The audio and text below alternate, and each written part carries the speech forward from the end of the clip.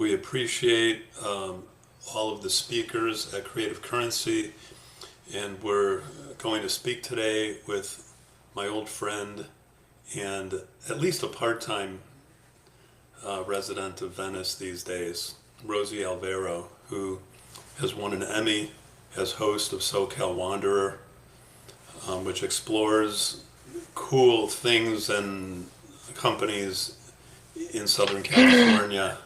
Hi, Rosie. Hey It's so Jeff, great how to are see you? you. I know, good to Excellent. see you too. I Are you in said, Venice? yes, I'm at home. I said, Isn't it hot? at least part-time resident Venetian, Yeah. Rosie Alvero. Um, it's just so great to see you all the time. You have amazing, uh, you're so articulate. Your words are Thank connected you. to your feelings. You exude the sort of epitome of authenticity. That's And, the best compliment I've ever heard. Thank you, Jeff. And it's so great because you are someone I always run into when I'm in Venice. Like isn't it crazy? it's great. I run into, I mean, how many times? Like on the streets in Abbot Kinney, Right, on the because you're not even sidewalk, living at down the Penn block Mar. anymore. I'm not even living here. So the fact that Yeah. almost every time I'm here, I run into you is kind of crazy. I, maybe that's indicative of my lifestyle. I'm not sure. It's a great It's thing. cool. It's cool. You're out and about. You're out and about. So these are 30-minute interviews, and Okay. they've been fun. Um, I like fun.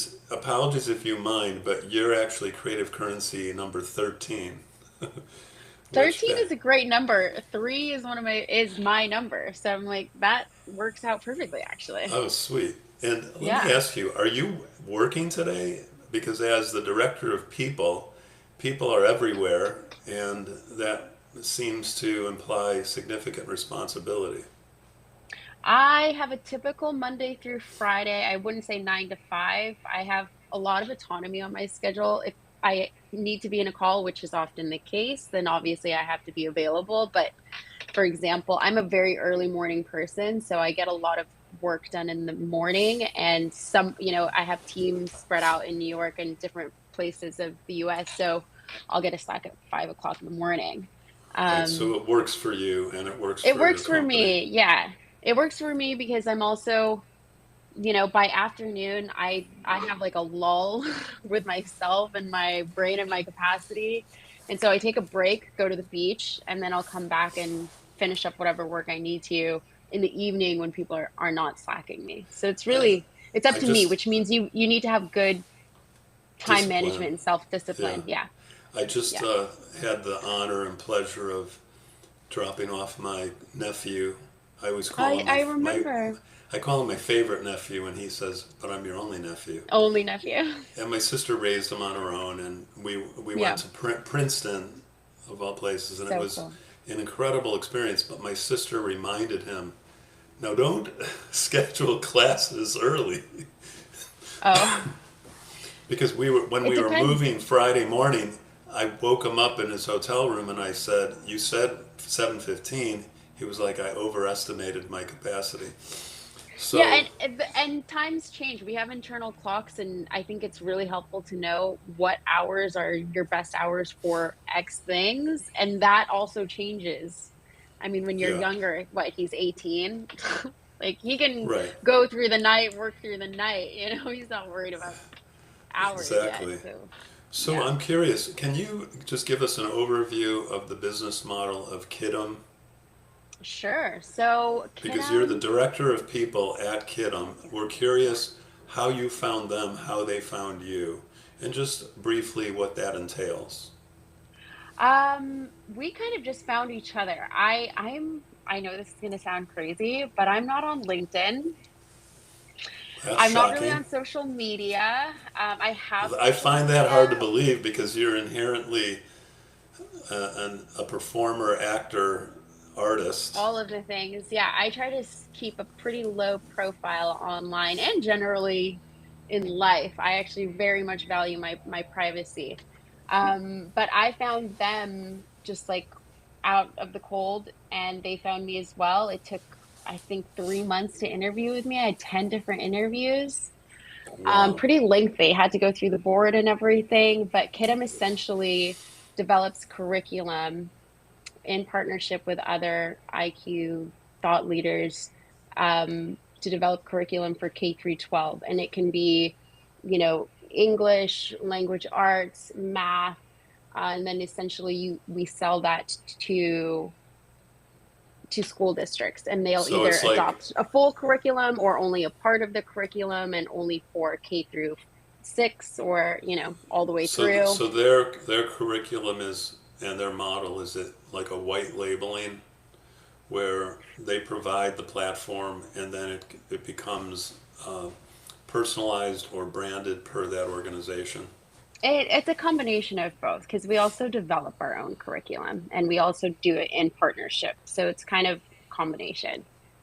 Got it. And it's been ten years of that. And it's kind of crazy to know that this is how kids are going to school. It's so different from how we went to school with pen and paper and books.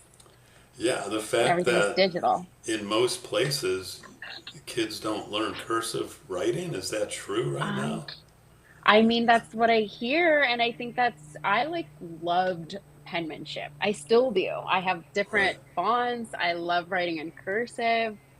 I think there's something to be said about putting pen to paper, My pencil to father was paper. an architect and he had perfect printing and he would make fun of my printing, but I Yeah, and I'm appreciated like that. I'm still a paper person. I have a desktop calendar. Great. I have all of my different forms of journals and writing, and yeah, I'm Right. like old school with Well, it, but I like it. Rosie, we have a lot to cover in a short time, Let's go for but it. there's room, there's space. What was your first job, Rosie? My first job ever. Well, I mean, even in high school, but or summer jobs, but what you consider your first professional opportunity. So I'll tell you, Jeff, you probably don't know this about me, but so I grew up in the high desert outside of LA, which I would consider LA because it would be difficult to explain where that is. But I grew up between there, Bay Area and Manila. And when we came down here, my little sister, 2 years younger than me, saw this commercial to audition to do commercials and print jobs or whatever. I was not that interested in it, but she asked my mother to go. And my mom was like, if I'm going to drive you down to LA, then Rosie also has to go. Hmm. And I went and I saw like talent casting agencies, got signed right away. They sent me to an audition right away. I got that first job. It was for Kellogg's Frosted Flakes. And No, this is my like, I'm like favorite. 11 or 12 years old or something. And then I get sent into like child acting. I did Nickelodeon, Levi's, really big names. And I didn't even have cable growing up. I mean, we immigrated from the Philippines, so you can imagine Right. what that means for a large family. But and I remember going to school, and kids would be like, "Oh, I saw your commercial this morning on Nickelodeon." I'm like, "Great, I don't even have that channel, but I'm collecting royalties." So I've been working since I was really young, but I loved it. I mean, you didn't have to go to school. You could do Huh. like homeschooling. You traveled. You met, and then there was a small group of kids who were doing that in LA, and so you always saw them if you were getting cast together. I would consider that my first job, but would I say that's my first professional, like 9 to 5? Amazing. No. Yeah. And did you book sh- shows on cable or Nickelodeon shows No, or not Nickelodeon shows, just commercials, like well, commercials, print jobs. But what was that kid? He had a show, Shia LaBeouf. He had a show on Nickelodeon. And because I was like a Nickelodeon regular, like talent on the talent roster for random whatever. And I would see him all the time. And he was a really nice kid, yeah, I actually. mean, Yeah, a he, really nice kid. he seems so. I mean, who knows how the path Who knows? changes you. Yeah. But not having known that, my assumptions were ultimately spot on. What was that? Just the assumption that you're, an artist entertainer, and that has informed your on-air presenting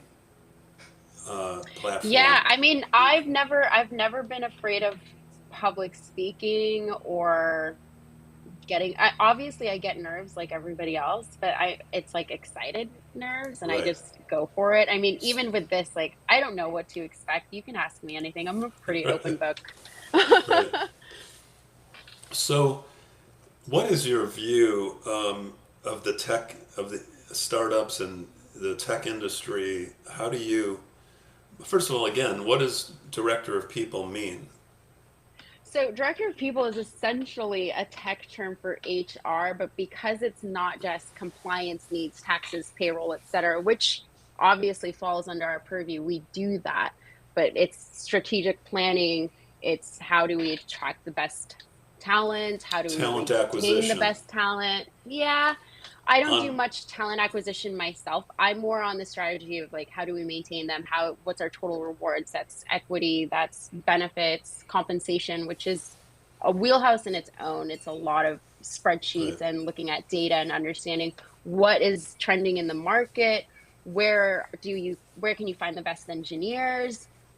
Do you want to hire like domestic engineers, or there's great engineers in Poland, in Brazil, in different parts of the world, and that can be part of your strategy based on your budget. So it's a lot more fun great. than HR, I'll say that. And are you responsible for expressing company mission and onboarding? Yes, I mean, not me personally, but my team, yes. Yeah. Right. And then, what do you think about this? So many companies have very cute and updated titles like Code Whisperer, Pixel Tinker, the various uses of the word I ambassador. Do you like your title? I like my title. I think it makes sense if you understand the tech world. I haven't necessarily seen those titles where I've worked, but hey, that's the thing about the beauty of tech. We kind of can make up our own rules. Like Right, there's no specific linear path to something. You can learn one thing, try something else, take a risk here, define this and build this out, and then that becomes the thing. And that's actually what I like about tech and the tech industry.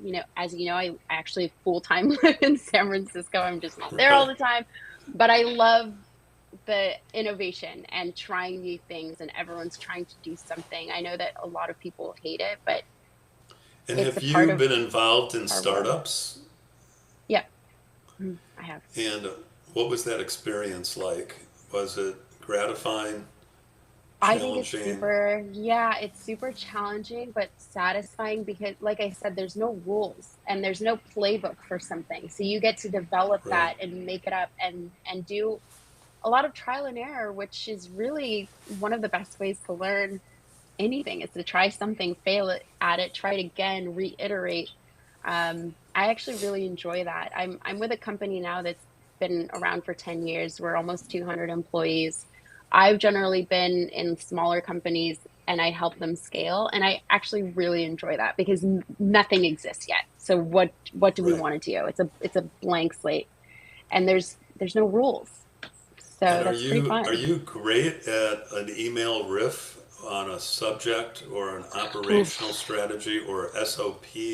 Like, what would you say? Obviously, Don't ask even me about emails. but I'm but not. but but even today, you have answers and they're relevant, and you don't know what's coming, and but they're not canned answers, and you're Yeah. just not just spouting business aphorisms. So, would you say there's a strength to your approach in a particular way, which might even provide insight to other people seeing this in terms of their approach? Do you I'm going to add something in because they say don't ask two or three part questions because only one of them gets answered. But do you see yourself as an executive? I do actually. I've, present to the board and sit with the executives when I do present to the board. And I will say to your point, don't ask several things. It's super important to be concise, short and Mm-hmm. sweet, get to the point, one thing at a time. It's hard enough already when you mention emails. Like my inbox 2 weeks ago was 700. it took me days to bring it down to like what are the critical emails, and then it was Right. 195. Listen, So I don't blame Zoomers anymore for not answering their emails because in my I don't business blame at them. Writers Boot Camp, having generally a similar email for 37 years and doing so much business with writers and responding to Yeah. clients, alumni, current writers with significant email support, it makes sense. But if you're a Yeah. Zoomer and you don't have a business and everything is spam, why make fun? Why be made fun of for just being smart? Yeah. You know. Yeah. So, congratulations. Is it one Emmy that you've received? Multiple It's Emmys? one Okay. And it's one Emmy, and look, I didn't ever think that was gonna happen. As you know, I do these things on the side for fun. They're not I have a right. whole tech career. I've been working in tech for nearly 15 years. Um, I literally do those things on the side for fun. I don't even do it for the finances. You can imagine PBS is Right. not a huge, But was but was they this are a mainstay. was this consciously an extension of Huell Hauser's legacy? It was exactly that. So when it first started, it was meant to be exactly that, just like exploring all of California, super adventurous. But then COVID hit, finances changed, whoever was backing us could no longer back us, we could no longer travel. So they reworked it and it became interviewing female entrepreneurs, which is equally as cool. Yeah. And somehow they decided to submit me to the Emmys, and then I went and then I won, which I was not prepared for it. And please don't look at, like, I hope I there's well, what no I was going to footage ask of you, me. I haven't looked. First of all, your footage is great in general. You're a very good on the spot stand up interviewer, and you are an Yeah. explorer, and you're fearless in a certain respect. On like I'm sure you love camping, things like that. I love But all the things. I will say I am often, not often, I don't say I move in fear. I have fear, I think, just like anybody else, but I kind of like it, and I like to see what's on the other side. And then on the other side, you're like, we're fine. We're not made of glass. listen, I went to a wedding up in Walla, California, and a friend came with me, just because being single at a wedding isn't usually that fun. And as we're going into the woods to park, I'm thinking, is this a commune or a cult? And she just shouted at me, keep walking. And then we turn the corner, and there's a beautiful outdoor tent, and Gorgeous. champagne available. It wasn't bad at all. So yeah, That's not bad at on all. the other That's on the other luxury. side of fear is potential opportunity and satisfaction, gratification. But what was the genesis of the determination to make these shows? SoCal Wanderer.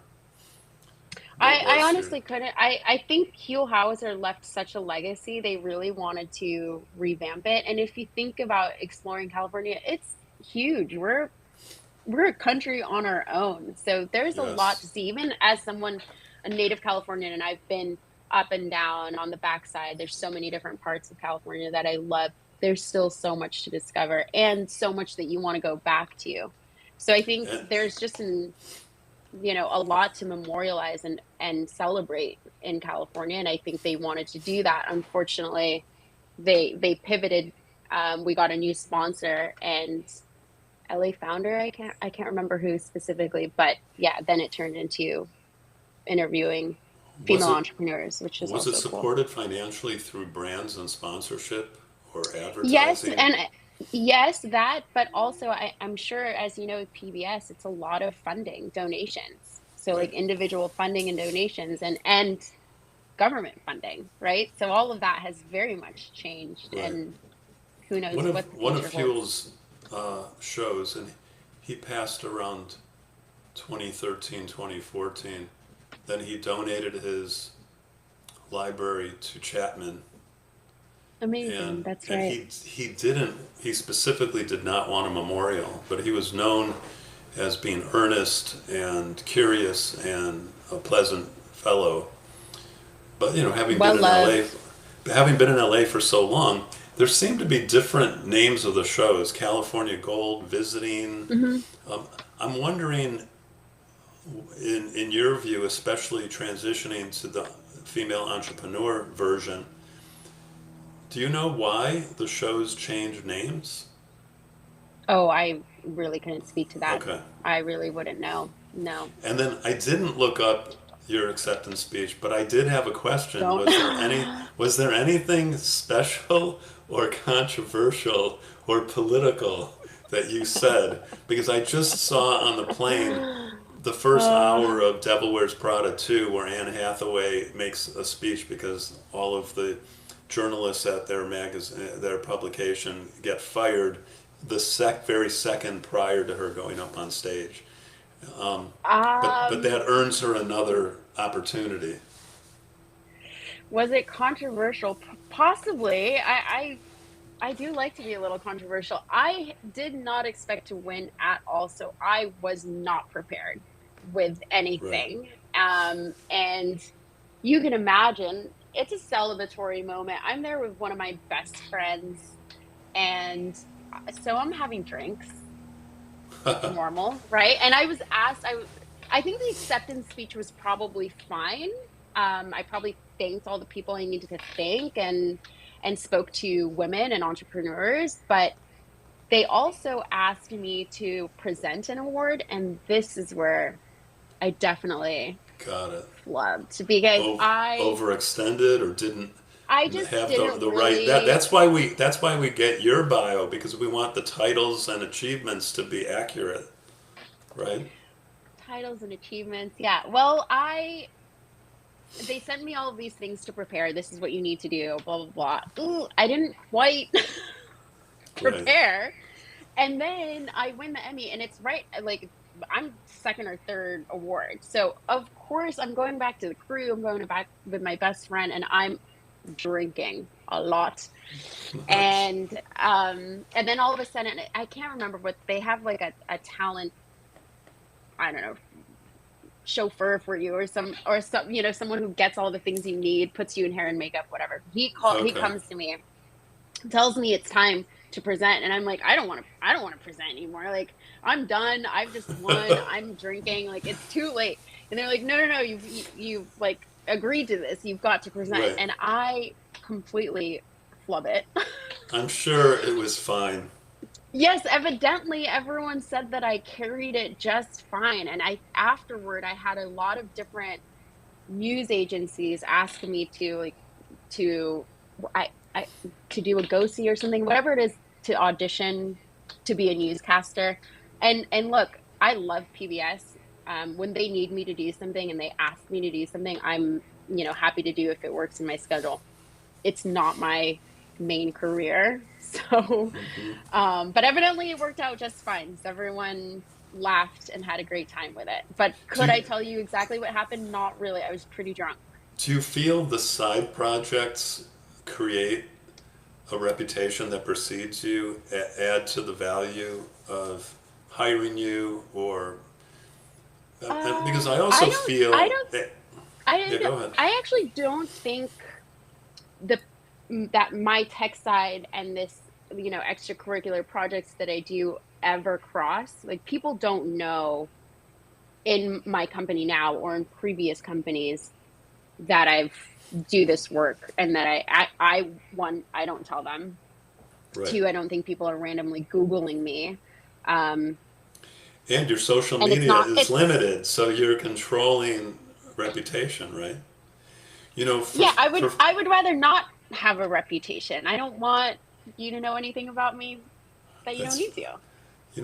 I find it fascinating because you prove the theory in a way that even if somebody is uncomfortable as a speaker, a performer, um, has a responsibility as a leader, Oh, the audience can't always tell what the dissonance behind the curtain is, which is a positive when people are self-censoring or anxious.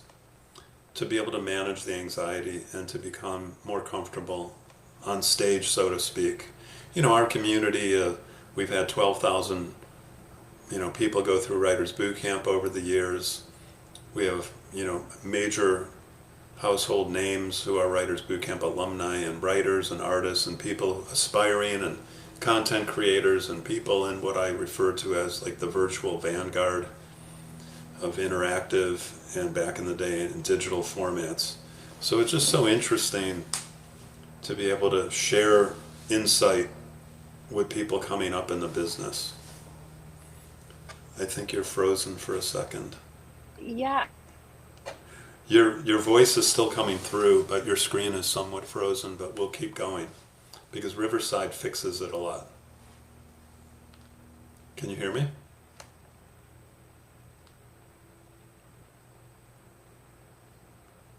Rosey, do you want to just click the link and check in again? And I'll stall.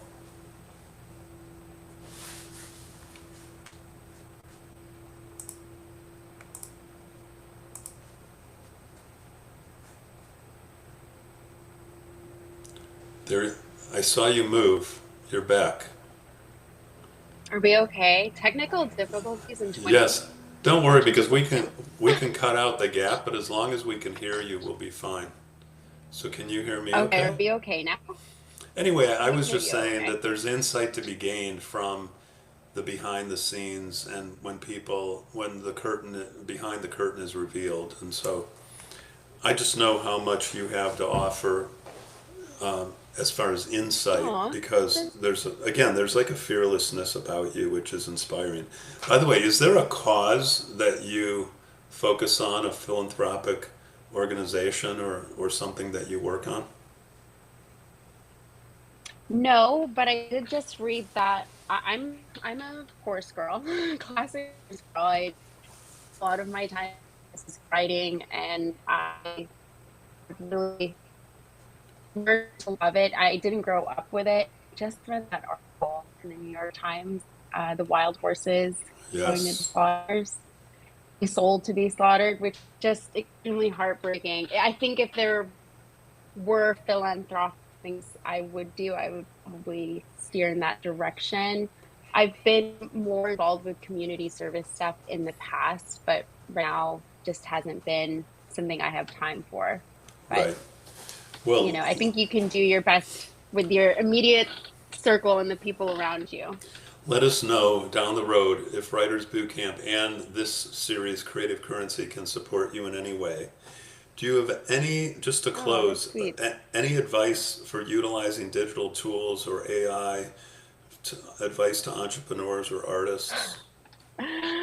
Oh man, here's my advice on that. Get to know it, understand it, know that this is the direction that we're headed, and if you don't want to join it, I mean that's like saying you're not going to have a phone, your phone not gonna have a camera. That's just the direction we're headed, but that doesn't mean use it for everything, right? I use AI and for work only. I love critical thinking. I love pen to paper, writing, and reading things and synthesizing that you can articulate it in a way and maintain parts of your brain, not everything to AI, Right. but use it as a tool like you do anything else. That's awesome, Rosie. Thanks for doing this. That's my advice. No, because we're starting to look under the hood, but I believe that writing cannot be done right. There's certain drudgery in physical work that can be helpful. So thanks to Rosey Alvero for participating in Creative Currency. Hopefully we'll be able to have the long form available. I'm going to leave this on until it uploads, but I'm signing off. Thanks, everybody.